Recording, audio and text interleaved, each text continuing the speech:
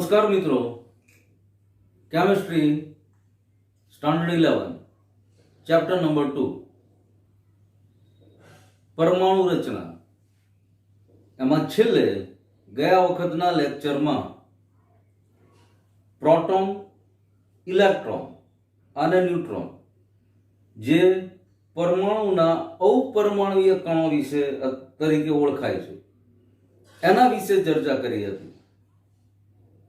હવે ઈ ચર્ચા પછી આ પ્રોટોન જે ધન વીજભારિત છે, ઇલેક્ટ્રોન જે ઋણ વીજભારિત છે, ઈ પરમાણુની અંદર કેવી રીતે ગોઠવાયેલા હશે અથવા કેવી રીતે ગોઠવાયેલા છે એની ઉપર ઘણા બધા વૈજ્ઞાનિકોએ રિસર્ચ કર્યું।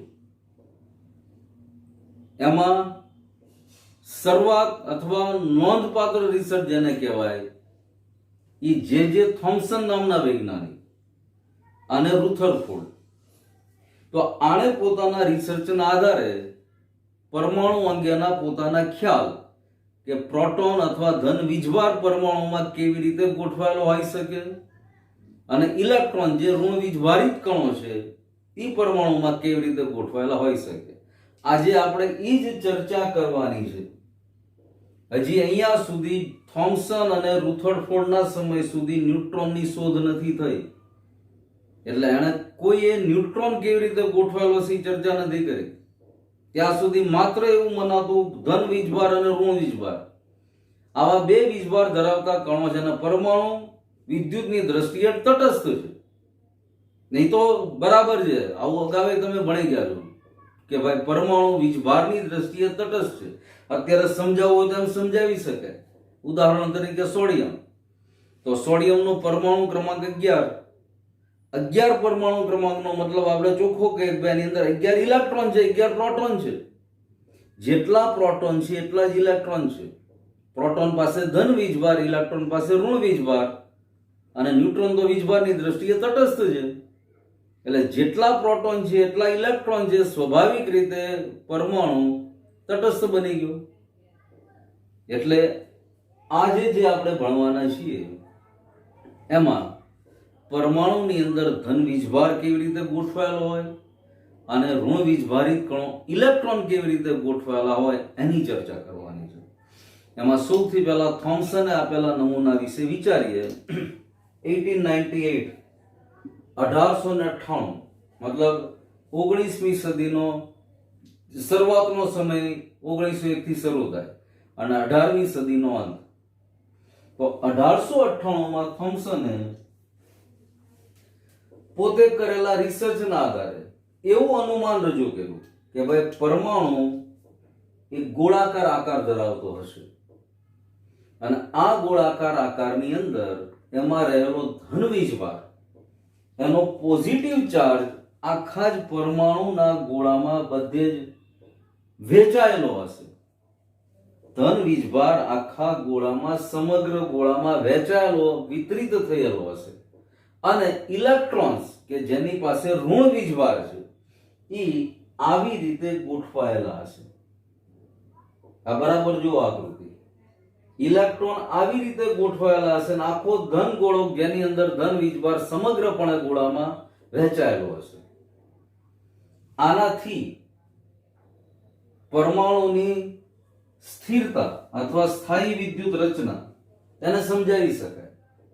પણ આગળ ઉપરના ઘણા બધા રિસર્ચ જેની પછીથી થયા એ આ નમૂના માટે સુસંગત નહોતા। આ નમૂનો છેવટે સ્વીકાર્ય ન બન્યો। ઉપરાંત આ નમૂનાની રચના જુઓ તો બુકમાં આપ્યું છે તમને, એક તો આ શબ્દ વાપરો પ્લમ પુડિંગ અથવા વોટરમેલન મતલબ તરબૂચ। હવે તરબૂચને માર્ક કરો, આખો તરબૂચનો ગોળો તરીકે કલ્પો અને વચ્ચે એના બીજ પ્લમ, તો આ બીજ જે રીતે વહેંચાયેલા છે એમ ઇલેક્ટ્રોન બધે વહેંચાયેલો છે આખા ગોળામાં, આખો ગોળો ધન વીજભારિત હશે। આવું જે થોમ્સને પોતાના રિસર્ચના આધારે કીધું। પણ પછીથી ઘણા બધા રિસર્ચો બન્યા અને આ રિસર્ચના આધારે આ નમૂનો પરમાણુની એકંદરે તટસ્થતા સમજાવી શકતો, પરંતુ પાછળથી મેળવેલા પરિણામો આ નમૂનાની સાથે સુસંગત નહોતા. એટલે છેવટે આ નમૂનો સંપૂર્ણપણે સ્વીકાર્ય બન્યો નહીં. આના પછી નોંધપાત્ર કાર્ય કર્યું રુથરફોર્ડે અને એની ટીમે, જે થોમ્સનને નોબેલ પ્રાઇઝ મેળવ્યું, પણ આ રિસર્ચ માટે નહીં, બીજા વિદ્યુતના રિસર્ચ માટે. અને થોમ્સન પછી રુથરફોર્ડ અને એની ટીમ, એણે પરમાણુની રચનાને સમજાવવા માટે સોનાના વરખ ઉપર જે પ્રયોગ કર્યો, એક્સપેરિમેન્ટ કર્યો અને એના તારણો રજૂ કર્યા, એની હવે આપણે ચર્ચા કરીએ. રુથરફોર્ડના પરમાણુનો કેન્દ્રીય નમૂનો. હવે થોમ્સનના પરમાણુ નમૂના પછી નોંધપાત્ર કાર્ય અથવા જેની નોંધ લેવી જોઈએ એવું કાર્ય રુથરફોર્ડ અને તેના શિષ્યો અથવા એના સાથીઓ કર્યો. હેન્સ ગાઇગર અને અર્નેસ્ટ માર્સડન, આ બધા ભેગા મળી આલ્ફા પ્રકીર્ણન પ્રયોગ, જે સોનાના વરખ ઉપર કરવામાં આવ્યો, એ પ્રયોગ વિશે આપણે સમજીએ. હવે સોનાનું પાતળું વરખ, પહેલા તો વરખ, ઘણી બધી મીઠાઈઓ ઉપર ચાંદીનું વરખ, ઘણી બધી સ્વીટ બજારમાં જાઓ તો એની ઉપર પાતળો ચાંદીનો કાગળ જેવો, જે એકદમ પતલું હોય, તો આવું પાતળું સોનાનું વરખ જેની જાડાઈ ઓલમોસ્ટ 100 નેનોમીટરની આસપાસ. હવે 1 નેનોમીટર એટલે 10⁻⁹ મીટર, પહેલા ચેપ્ટરમાં ભણી ગયા આપણે. તો આટલું પાતળું સોનાનું વરખ લેવામાં આવ્યું અને આ સોનાના વરખ ઉપર આલ્ફા કણો, કે જે ધન વીજભારિત છે એવા કણોને પ્રતાડિત અથવા એની ઉપર મારો કરવામાં આવ્યો. એની ઉપર એ કણો ફેંકવામાં આવ્યા સોનાના વરખ ઉપર. પાછળ ઝિંક સલ્ફાઇડનો પ્રસ્ફુરણ પડદો, કે જેવો ત્યાં આગળ એ અથડાય એટલે ઝબકારો પ્રાપ્ય થાય. આ આખી પ્રયોગની સિચ્યુએશન હતી. હવે પ્રયોગ શરૂ થયો એની પહેલા એવી કલ્પના અથવા અપેક્ષા રાખવામાં આવી હતી કે ભાઈ આ સોનાના વરખ ઉપર જેવા આલ્ફા કિરણો પ્રતાડિત કરવામાં આવશે, આલ્ફા કિરણો એનીમાંથી પસાર કરવામાં આવશે, એટલે આ પાતળા વરખમાંથી કોઈ ચોક્કસ ખૂણે આલ્ફા કણો વિચલિત થઈને પાછા ફરવા જોઈએ. પણ આ અપેક્ષા કરતા આખું વિપરીત પરિણામ જોવા મળ્યું. મોટા ભાગના આલ્ફા કણો સોનાના વરખમાંથી વિચલન પામ્યા વગર સીધે સીધા પસાર થઈ ગયા. મોટા ભાગના આલ્ફા કણો સીધે સીધા સોનાના વરખમાંથી પસાર થઈ ગયા. અમુક આલ્ફા કણોનું વિચલન થયું, પણ આ આલ્ફા કણોનું વિચલન ઓલમોસ્ટ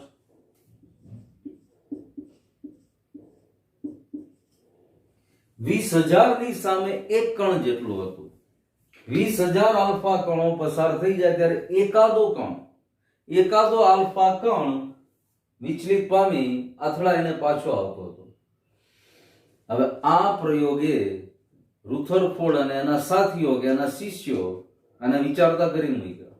કારણ કે અપેક્ષા એવી હતી કે ઘણા બધા આલ્ફા કણો અહીંયા અથડાઈને પાછા આવવા જોઈએ, પણ પાછા ન આવ્યા. 20,000 જેમ 1, 20,000 ની સામે એકાદું કણ પાછું આવ્યું.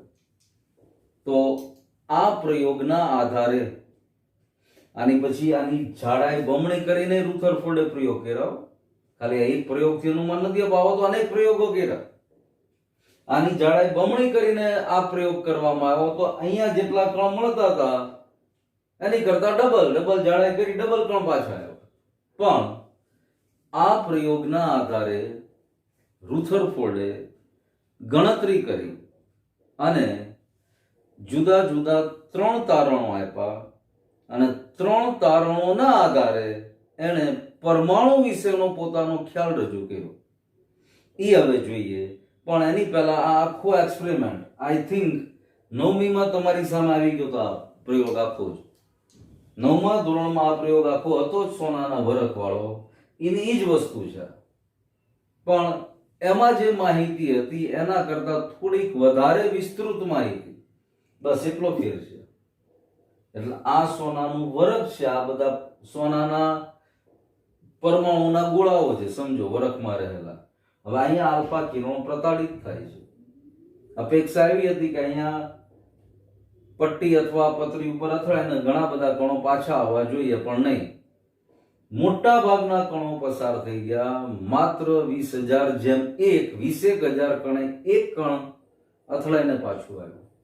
હવે આ પ્રયોગના આધારે રુથરફોર્ડે જે પોતાની માન્યતા અથવા પોતાનો અભિપ્રાય રજૂ કર્યો એના વિશે જોઈએ.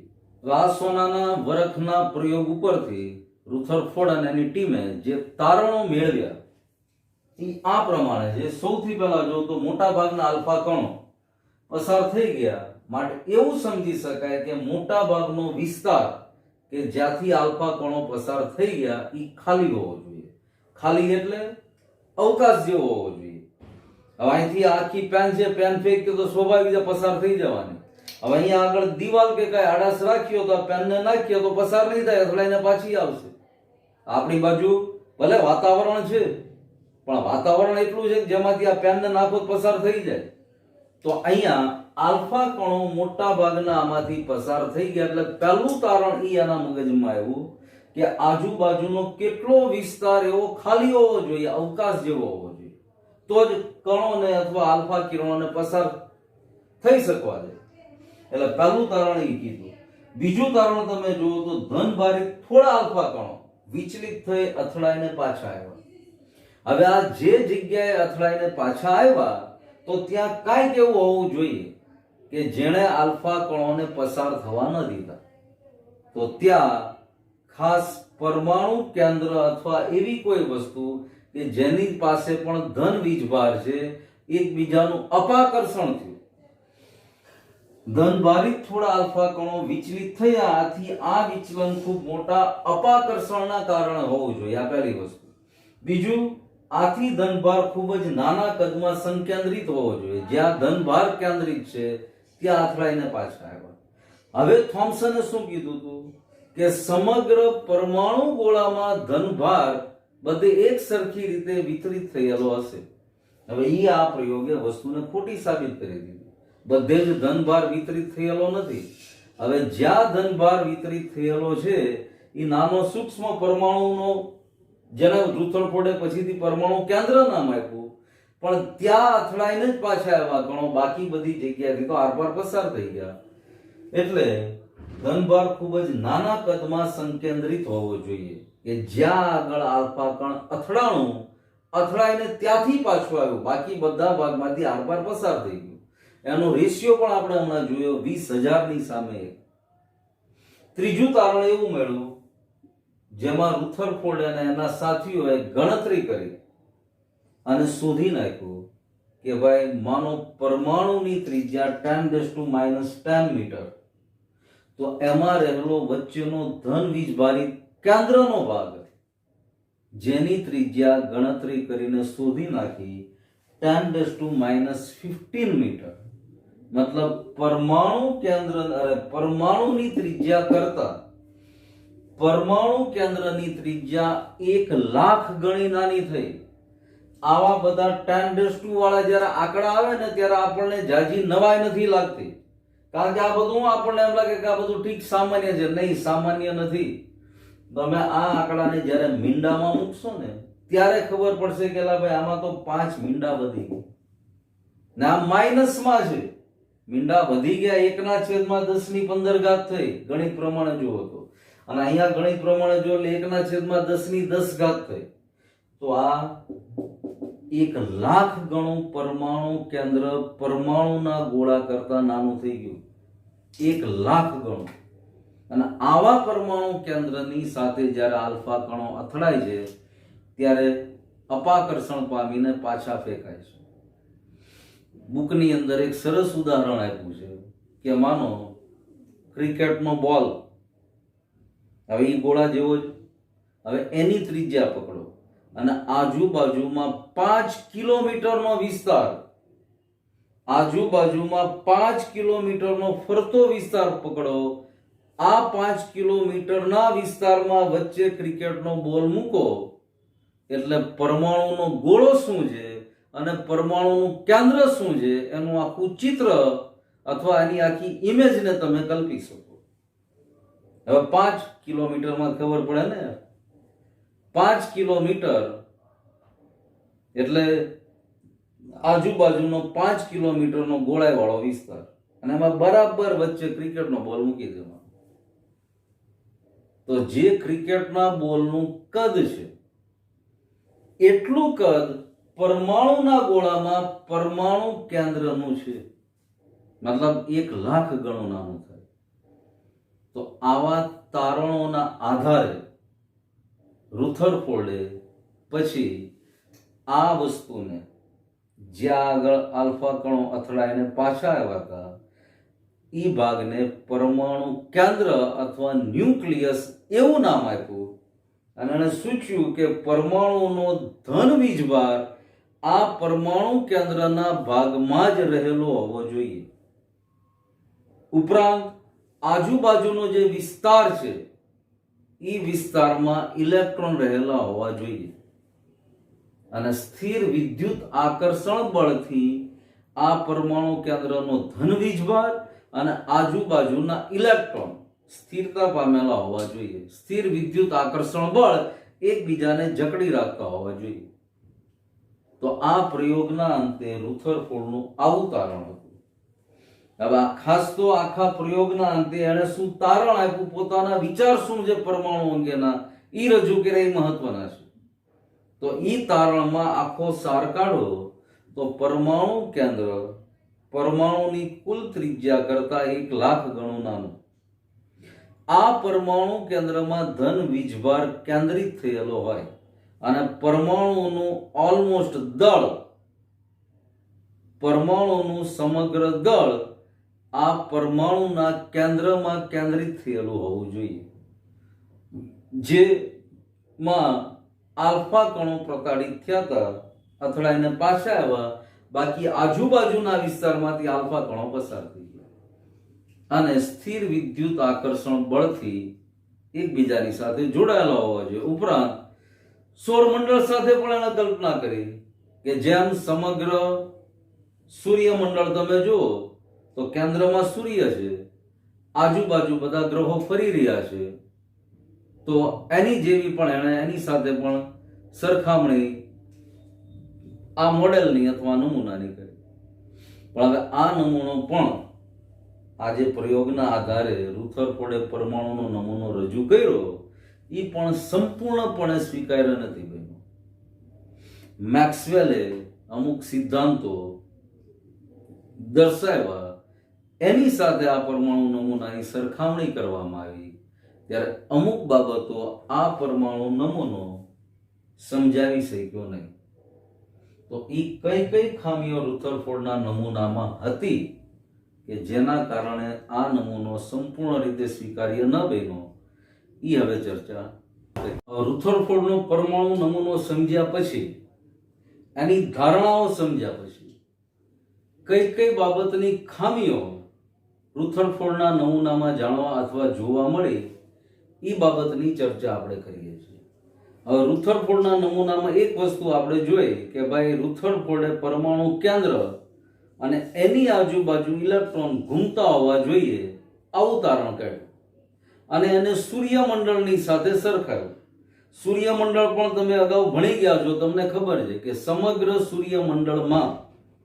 સૂર્યમંડળમાંનું 99% કરતા વધારે દળ એકલા સૂર્ય પાસે છે. હું બોલી બરાબર સમજજો. સૂર્યમંડળમાં સૂર્ય પાસે જ 99% કરતા વધારે દળ સમગ્ર સૂર્યમંડળનું માત્ર સૂર્ય પાસે છે. તો પરમાણુમાં પણ પરમાણુ કેન્દ્રની અંદર જ મહત્તમ દળ સમાયેલું છે. હવે આ નમૂનાની મતલબ આ પરમાણુનો ઇલેક્ટ્રોનની અથવા કેન્દ્ર નમૂનો અને સૂર્યમંડળ બંનેની કમ્પેરિઝન અથવા સરખામણી પહેલા આપણે અહીંયા આગળ કરીએ છીએ. જુઓ બરાબર, રુથરફોર્ડનો નમૂનો સૂર્યમંડળ જેવો છે, જેમાં કેન્દ્ર દળદાર સૂર્ય અને ગ્રહોને ઇલેક્ટ્રોન સાથે સરખાવી શકાય. હવે જો આવી રીતે આને સરખાવવામાં આવે તો પહેલા ગુરુત્વાકર્ષણ બળ, આ સૂત્ર ફિઝિક્સમાં તમારી સામે આવશે, Gm1 × m2 / r², જ્યાં m1 એક પદાર્થનું દળ, m2 બીજા પદાર્થનું દળ, r બંને પદાર્થ વચ્ચેનું અંતર, g ગુરુત્વાકર્ષણ અચળાંક, આ ગુરુત્વાકર્ષણ બળની વાત થઈ. હવે એની સામે કુલંબ બળ, જે k q1 × q2/r², આની સાથે જ સરખાવો તો q1 વીજભાર છે, q2 પણ ભાર છે, r બંને વીજભાર વચ્ચેનું અંતર છે, અને k ઇલેક્ટ્રોન અને કેન્દ્ર વચ્ચેનો સમપ્રમાણતા અચળાંક છે. હવે ન્યૂટનના ગતિના નિયમો પર આધારિત ચિરસંબંધ યંત્રશાસ્ત્ર, ન્યૂટને ગતિના જુદા જુદા નિયમો આપ્યા હતા. આ નિયમો પણ ફિઝિક્સમાં તમે ભણી ગયા હશો અથવા ભણશો. તો આ નિયમોના આધારે સહેલાઈથી સૂર્યમંડળમાં રહેલ સૂર્ય અને એની આજુબાજુ ફરતા ગ્રહોની ગતિને સમજાવી શકાય, એનું માપન કરી શકાય, ચોક્કસ કક્ષાઓને વર્ણવી શકાય. પણ હવે આ જ નિયમો સૂર્યમંડળના જે નિયમો જેની ઉપર ન્યૂટનના યંત્રશાસ્ત્ર અથવા ચિરસંમત યંત્રશાસ્ત્રના નિયમોને લાગુ પાડી શકાય છે. હવે આ જ વસ્તુને કેન્દ્રીય નમૂનાને લાગુ પાડવામાં આવે તો શું અને કેવા પરિણામો મળી શકે એ બાબતની ચર્ચા આપણી આ ચાલે છે. હવે જુઓ, હવે સૂર્યમંડળ અને કેન્દ્રીય નમૂનાની સરખામણી કરીએ તો ઇલેક્ટ્રોન પણ કેન્દ્રની આજુબાજુ નિશ્ચિત કક્ષામાં ઘૂમતા હોવા જોઈએ, જેમ ગ્રહો સૂર્યની આજુબાજુ ફરે છે. ઓકે, હવે જ્યારે કોઈ પદાર્થ કક્ષામાં ઘૂમતો હોય ત્યારે એની ગતિ પ્રવેગિત થઈ જાય. પ્રવેગ વિશે ખ્યાલ છે તમને, વેગમાં થતો વધારો. તો જ્યારે કોઈ પદાર્થ કક્ષામાં ઘૂમતો હોય ત્યારે એની ગતિ પ્રવેગિત થઈ જાય. હવે જો ગ્રહો પણ પ્રવેગિત ગતિ કરે છે સૂર્યની આજુબાજુ, હવે ઇલેક્ટ્રોન પણ આવી પ્રવેગિત ગતિ ચાલુ કરે. પણ હવે અહીંયા ફેર ક્યાં પડે છે? ઇલેક્ટ્રોન ઉપર વીજભાર છે નેગેટિવ. ઇલેક્ટ્રોન ઋણ વીજભાર ધરાવે છે, આપણે ભણી ગયા. કેથોડ કિરણોએ સાબિત કરી દીધું ઇલેક્ટ્રોન ઉપર ઋણ વીજભાર છે. ગ્રહો ઉપર કોઈ વીજભાર નથી, ગ્રહો વીજભાર વિહીન છે. હવે મેક્સવેલ નામના વૈજ્ઞાનિકે એવું સાબિત કરી દીધું, અથવા મેક્સવેલના સિદ્ધાંત પ્રમાણે જ્યારે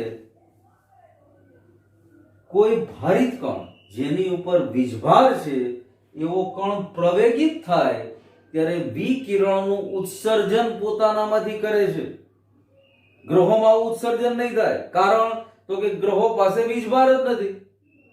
જ્યારે ઇલેક્ટ્રોન પરમાણુ કેન્દ્રની આસપાસ પ્રવેગિત ગતિ કરતા હોય તો મેક્સવેલના સિદ્ધાંત પ્રમાણે ઇલેક્ટ્રોન ઉપર ઋણ વીજભાર છે જ, તો મેક્સવેલના સિદ્ધાંત પ્રમાણે એમાંથી વિકિરણોનું ઉત્સર્જન થવું જોઈએ.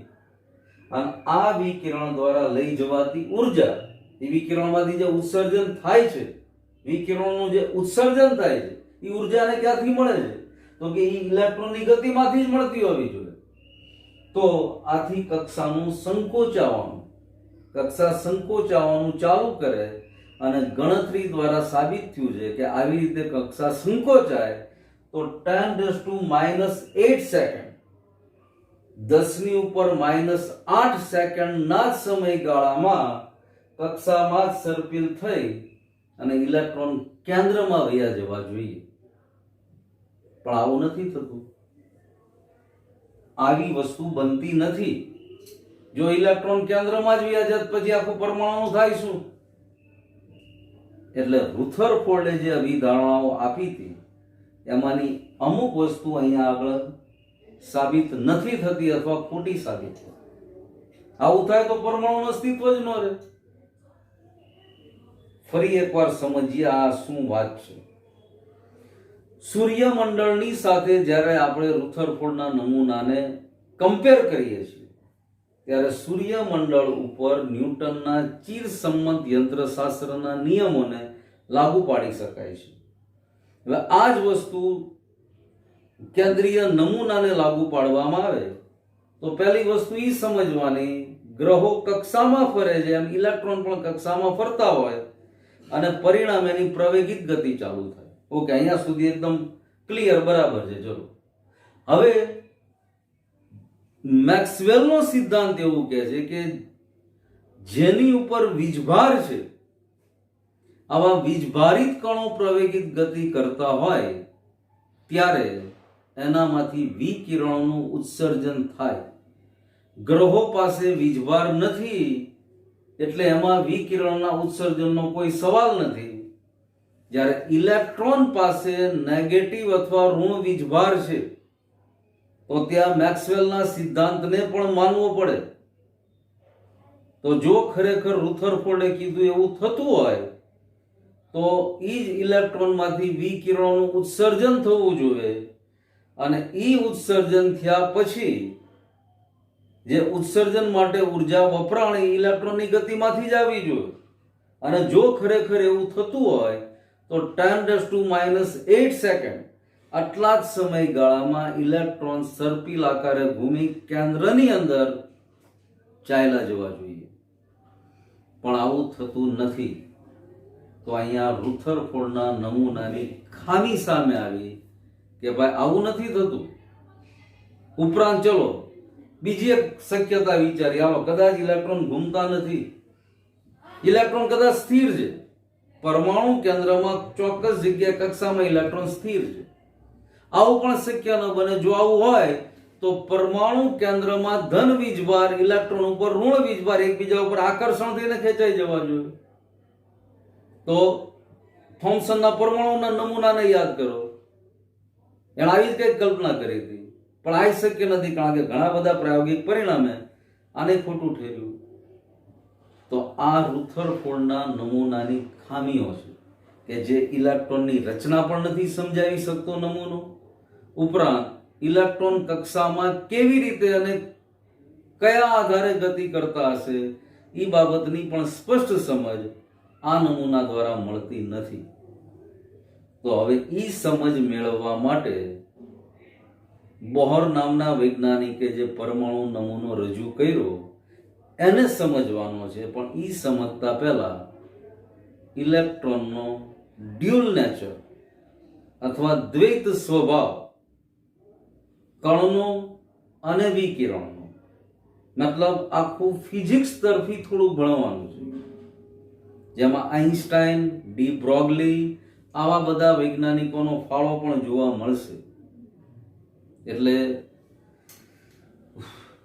ફરી એકવાર આપણે શું આ ભણીએ છીએ એ પહેલા બરાબર યાદ રાખજો, કારણ કે આવું બધું જ્યારે આપણી સામે આવે ને આ બધી થિયોરિટિકલ વસ્તુ છે, પણ આને ગળે ઉતારવી થોડીક ટફ છે.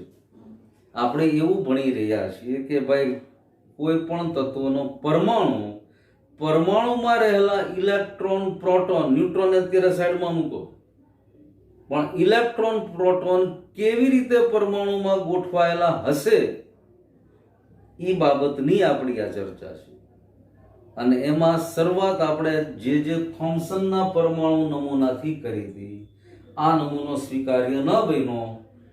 રુથરફોર્ડે આપેલો સોનાના વરખવાળો પ્રયોગ, જેને આલ્ફા કણ પ્રકીર્ણન પ્રયોગ પણ કહેવાય, એ સમજ્યા. એના આધારે રુથરફોર્ડે પોતાના જે પ્રયોગોના આધારે જે ધારણાઓ આપી એનો અભ્યાસ કર્યો.